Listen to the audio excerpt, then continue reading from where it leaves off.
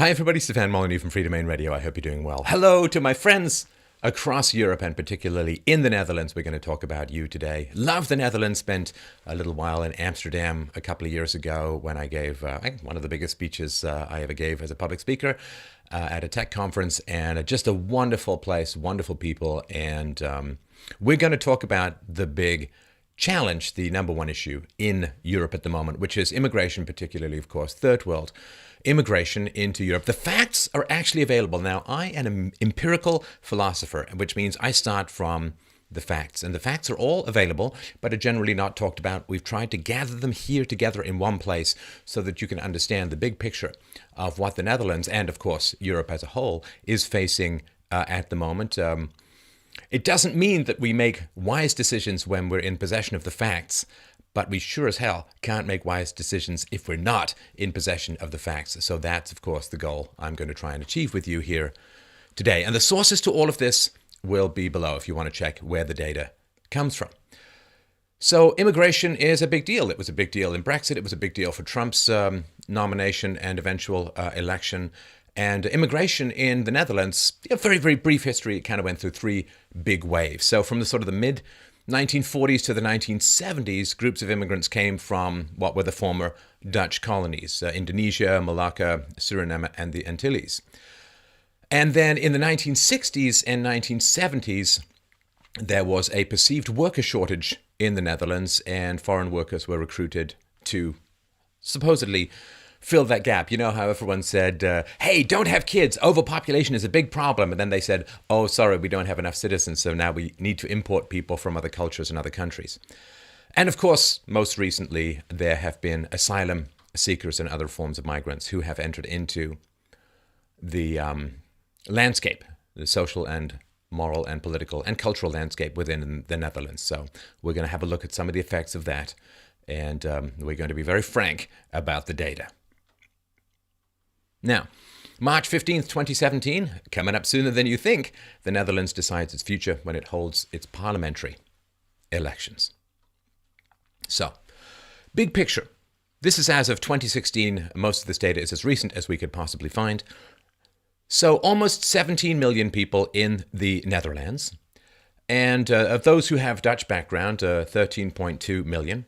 And of those who have foreign background, it's a little over 3.7 million. So that's a lot when you think about it. That is over 28% of the population in the Netherlands is from a foreign background. So the foreign population by country who is in the Netherlands, well, just under 400,000. The largest group is from Turkey. Morocco, 385,000 and change. Indonesia, 367,000. Germany, 360,000, and not sure what the origin of the people who came from Germany is, whether they're native Germans, white Germans or not. Suriname, 349,000. The former Netherlands, 151,000, just under. Poland, just under 150,000. Belgium, 116,000 and change. United Kingdom, 84.4 thousand. And the former Yugoslavia, 84.2 thousand. So that is who is in the Netherlands who has come from a foreign country. The asylum requests, very high, actually even higher in the mid-90s than more recently. You can see they cooking around 40,000 in 1990, went up to over 100,000, back down, and then from sort of 2002 to 2012, relatively low at around 20,000, exploded in 2015 and 2016, have dipped back down again. But that is pretty huge. So in 2015, there were just over 100,000 asylum requests. The number has decreased to 50,000 in 2016. Who are the fastest growing foreign populations with a migrant background? Well, just over 29,000 Syria, Poland, 8,800, Morocco, 5,400, former Soviet Union, 4,400, India, 4,100, Eritrea, 3,500, Ethiopia, 3,200, Turkey, 3,100, Iraq, 2,400.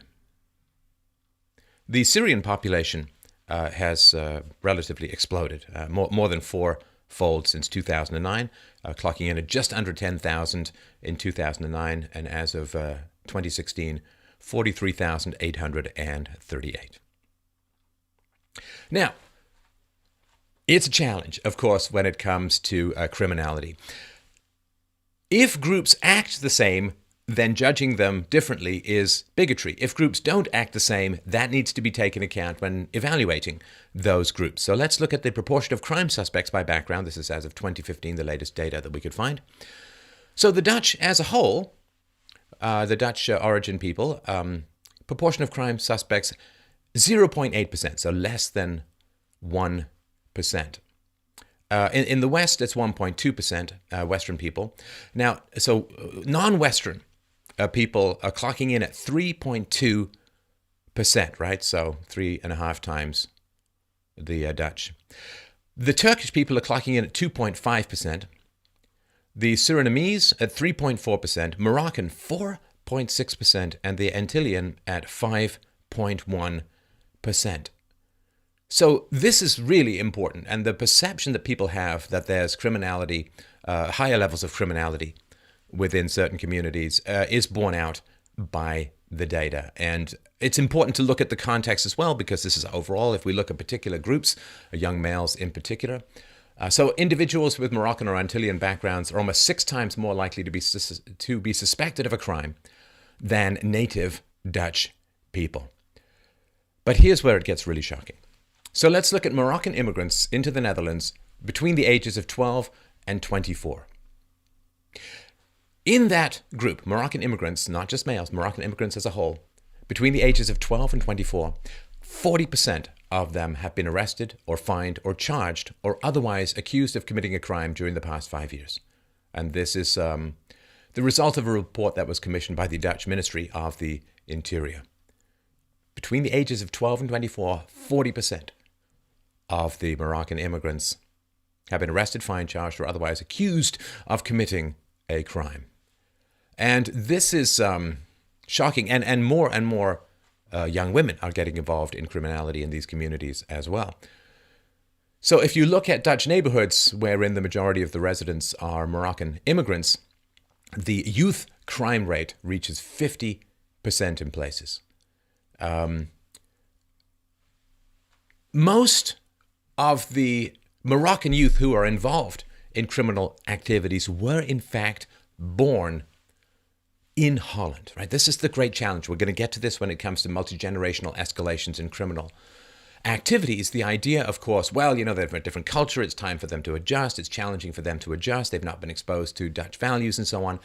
Well, of course, if you're born in Holland, then you are part of the Dutch community. You go to school in Holland. You go to school with native Dutch people. And the idea, of course, is that there's an acculturation that occurs, an adjustment to your host country. You know, if I go to dinner in Japan, I'm going to sit on the floor, and eventually my kids will just view that as natural.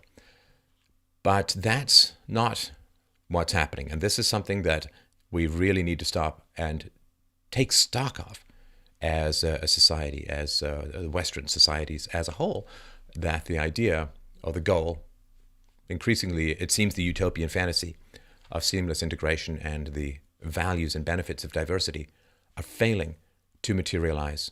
And in fact, things are getting worse, in many cases, generation over generation.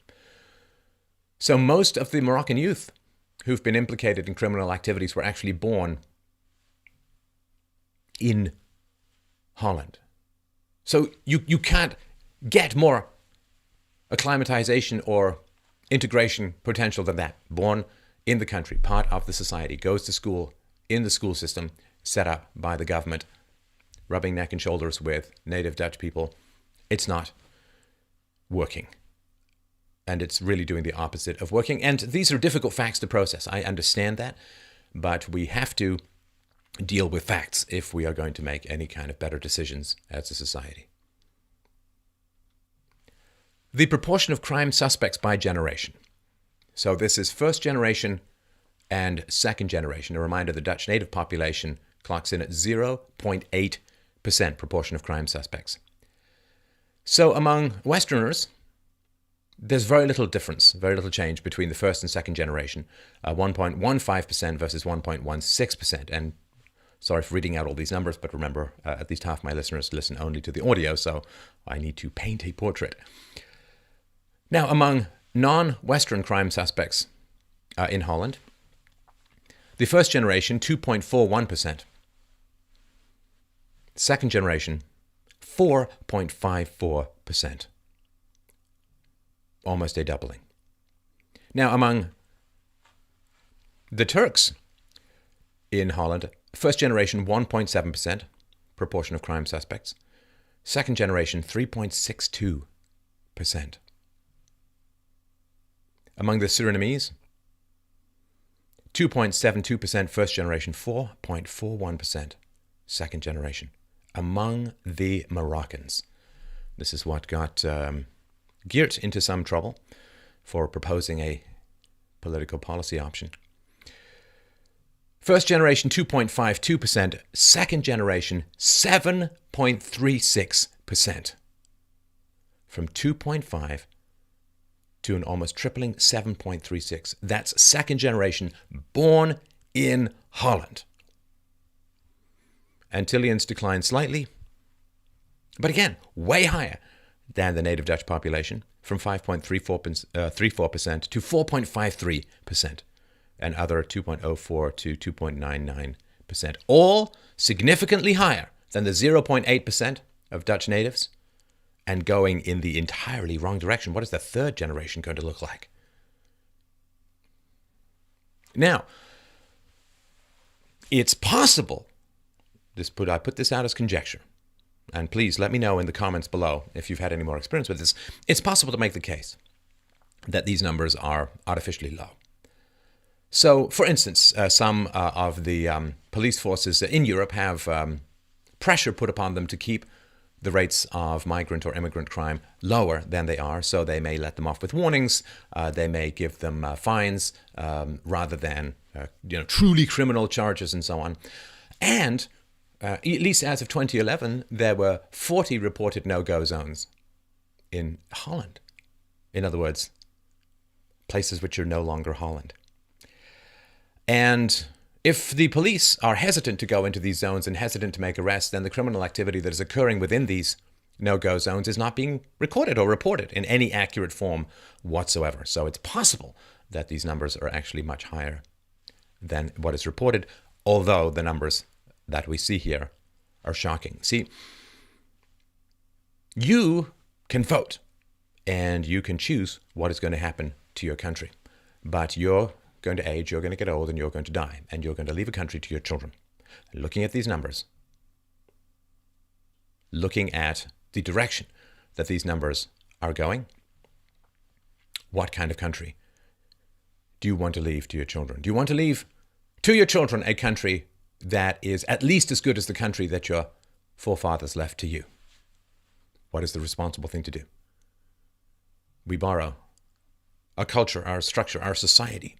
Our civilization is borrowed from our children. The prison population in the Netherlands. Native Dutch, 36.4%. Western immigrants, 17.7%. Non-Western immigrants, 44.5%. Now remember, a much smaller proportion of the population, so per capita this is much, much higher. Unknown, 1.4%. And here's the challenge as well, is that some of the non-Western immigrants, when they go into prison, become further radicalized by people already in the prison, and therefore recidivism may not be as low as people might like. So, who is in prison in the Netherlands, the non-Western prison population? Moroccan, 10.8%, Surinamese, 9.3%, Antillean, 8.3%, Turkish 4.7%, other non-Western 11.4%. Likelihood compared to the native Dutch population. This is times more likely to be in prison than the native Dutch population. And remember, These are groups that consume an enormous amount of welfare, consume an enormous amount of social resources in terms of healthcare resources. We'll get to that in a few minutes. And of course, they consume a lot of resources when it comes to the education of their children. Multi-language, multicultural, and so on. These are all great drains. And police and courts and prisons and so on. It is incredibly expensive for the native Dutch population. That matters. That matters. Because native Dutch population may say, well, I don't know if we can afford to have children or more than one or two. So foreigners as a whole are 6 times more likely to be in prison than the native Dutch population. The Antillians are 20 times more likely to be in prison. Moroccans 10.2 times, Surinamese 9.7 times, and Turkish 4.3 times. You have choices. Nothing is inevitable. Unemployment by background. The Dutch are clocking in at 6%, Westerners as a whole 9%. Non-Westerners are at 15% unemployment. Turkish 14%, Surinamese 15%, Moroccan 18%, and Antillean 17%. So in 2015, a person with a non-Western background had triple the rate of unemployment than a native Dutch, and 50% more likely than someone with a background from the new EU member states to be unemployed. 22% of the 15 to 25-year-olds with a non-Western background are unemployed, and that's only 9% of the young people who are native to Holland. And now, since 2008, unemployment among non-Western youths has increased significantly faster than among young Dutch people. So again, wrong direction, widening gap.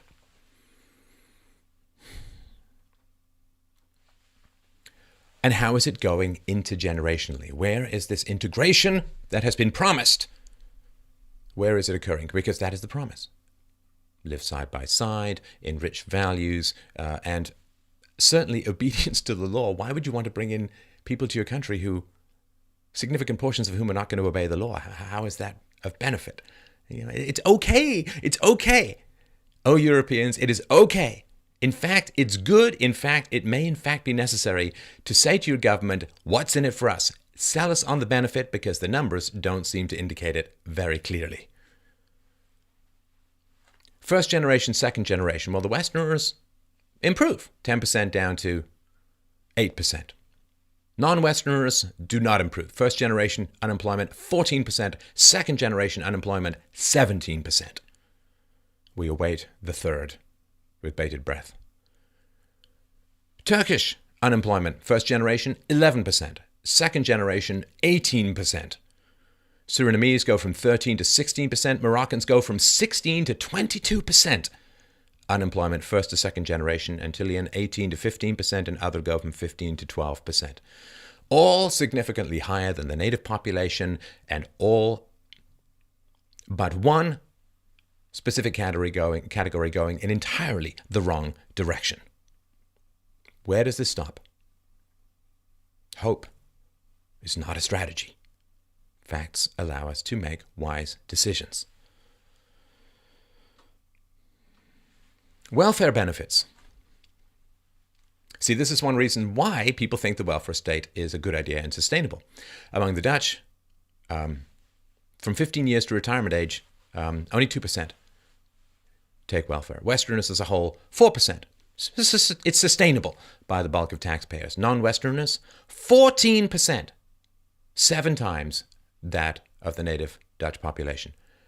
The Turkish are at 10%, the Surinamese at 10%, the Moroccans at 15%, and then the Antillians at 13%. In 2015, even more than half of all the people with a Somali background received social welfare. Unsustainable. Unsustainable. And what's going to happen when the money runs out? Now, there is sympathy. I feel it, you feel it. There is sympathy for the victims of destabilizing wars and civil wars in the Middle East. So it'd be great if the West stopped attacking and bombing Middle Eastern and Muslim countries. Please, let's get that as a strategy going forward. But the invade everyone, invite everyone does not work. It does not work. Now, for the people who are fleeing civil conflicts in Syria or in Libya or other destabilizing situations, how can they be helped? This is from the United States. I could not find good data for Europe, but the principle, I'm sure, applies equally. If you wish to help an individual resettle in the Middle East, where they have similar religions, they have similar cultures, similar climates, similar political structures, similar languages, where they're more at home and have a much greater chance to succeed. This is the great horror of this entire situation, is the migrants and the immigrants and the refugees coming to Europe in general are not succeeding. Not succeeding. Setting themselves up for failure, setting themselves up for frustration, and setting the general population up for frustration and alienation and hostility. It is not kind. Now, if you have a certain amount of money, and all human desires are infinite, all human resources are finite, if you have a certain amount of money to help people who are fleeing destabilized countries, well, for the price of helping one individual, you can help 13 individuals resettle. So the price of getting one person to the West, getting one person to America, you can help 13 people resettle in the Middle East for the same amount of money. You understand?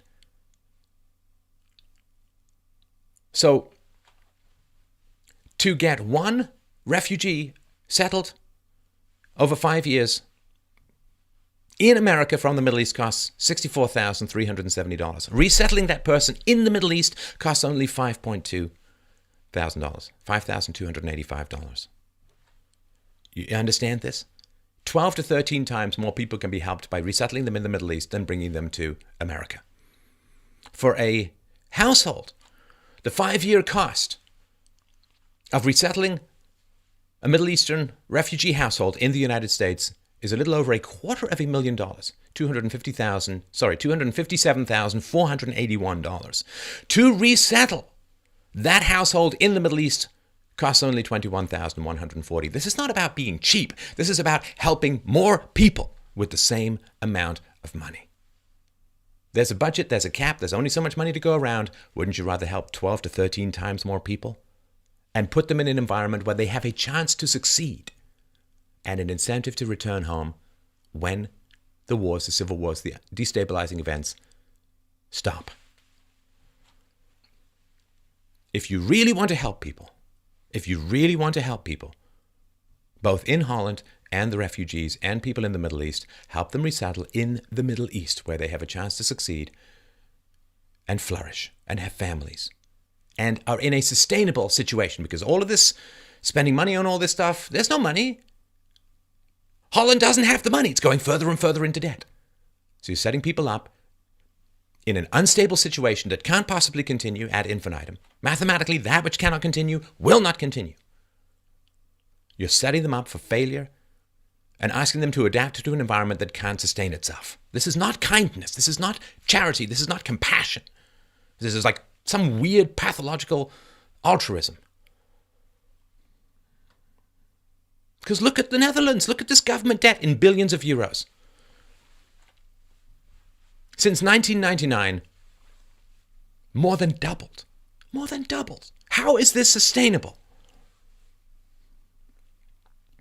413 billion euros. The expenses are astonishing. Healthcare, right? Across Europe. And this happened in the Netherlands as outbreaks of scabies. Across Europe, scabies, measles, cholera, tuberculosis, typhoid fever, which have not shown up, if they ever did, in the healthcare system for generations. You have dental problems. You have physical health problems. You have mental health problems. Refugees are 15 times more likely to have PTSD compared with the general adult population in high-income countries. Afghan refugees in high-income countries, 25 to 50% PTSD. The expense of it is horrifying. And part of the PTSD is acclimatizing to an entirely foreign, alien culture. It's as alien to them as Saudi Arabia is to you. Wouldn't it be kind of stressful for you to go and live in Saudi Arabia and try and adapt? It's not sustainable. You're not helping people. Oh, what are you avoiding being called? Racist? They're not races. They're countries.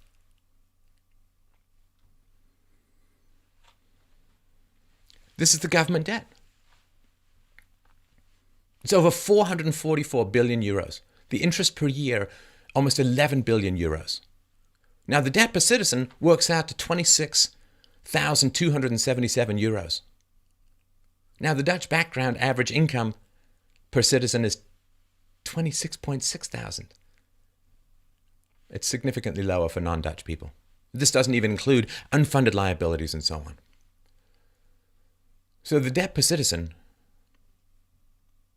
is almost as high as the average income for people from a Dutch background. You see, it's unsustainable. You are not helping people. You are virtue signaling, as the phrase goes. You're showing to everyone what a great person you are, how compassionate you are. No, actually care about the people, help them resettle in the Middle East, where you can help far more people, far more close to their culture and their language and their religion, in an area where they can succeed, and so they're close to returning home. That's how you help people. Not to mention the fact that the criminality that is inflicted upon the native Dutch population is on your hands if you support these programs. That blood is on your hands. So, we need to work with the facts. And the facts are not pleasant. It is never fun when a promised utopia fails to materialize and in fact you get a kind of dystopia that results. It's not fun, but it's okay. We'll survive. We need to look at the facts. Non-Dutch immigration, particularly from the third world, it's kind of an unholy bargain, and everybody knows this, and nobody really talks about it, but it's basically clear. The socialists and the people on the left like bringing in third world immigrants because third world immigrants will vote for people on the left. And so basically, the people on the left are taking money through the power of the state, through force. They're taking money from the native population, and they're buying the votes of immigrants by handing it over to immigrants. By and large, lots of exceptions, but that's a general trend. That's very corrupt. It is not the mark of an enlightened democratic system to invite people in who are going to vote for you because you give them money. Come on. That is not how things should be running. We all know that. Make a case, make an argument. Don't put your finger on the scale. And this is not just Holland, of course. This is going on across Europe. Paris has been in flames for days. Cars burning. People blowing up. You have a right to a country that works for your benefit. You have the right to say no. You have the right to say, wait. Come on, the data is clear. This is not working. We need to change course. You have the right to do that. You have the right to say, does this work to my benefit and to my children's benefit? Because you're responsible for handing the freedoms and the security and the financial stability that you inherited from your forefathers and foremothers. You are responsible for handing that to your children. You do not own the country. You merely have custody of the country. It's in trust to you. And you must hand the country you inherited to your children, not something completely different, not something dangerous, not something destabilized, not something with potential eruptions of violence when the money runs out. You don't have the right to do that. You understand that, right? This is not your country. It's your country like the environment is yours. We borrow the environment from our children, as the old environmentalist saying goes, which I agree with. We also borrow our system, our culture, our freedoms, our security from our children. We cannot fail them. Well, technically we can,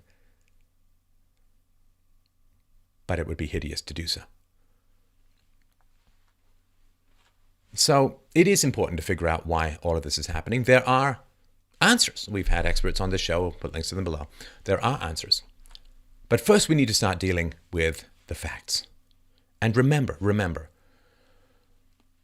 putting your head in the sand, crossing your fingers, turning away from information, screaming epithets at people, getting angry, throwing things, breaking things, getting mad at reality, those are the actions of crazy people. Now, if that's where Europe is, well, that's where Europe is. But I don't think that's where Europe is fundamentally. And we need to deal with reality, and we need to make wiser and better decisions about how truly to help people, our own citizens, immigrants, refugees, and in particular, the future, our children, where they're going to live, how they're going to live, under what system they're going to live. Remember, hope is not a strategy. Pathological altruism is not a strategy. Virtue signaling is not a strategy. Avoiding being called negative words is not a strategy. What is a strategy? Knowledge, facts, information. That gives you the basis for making a better decision. And I dare say the next generation, damn well hope you make a better decision.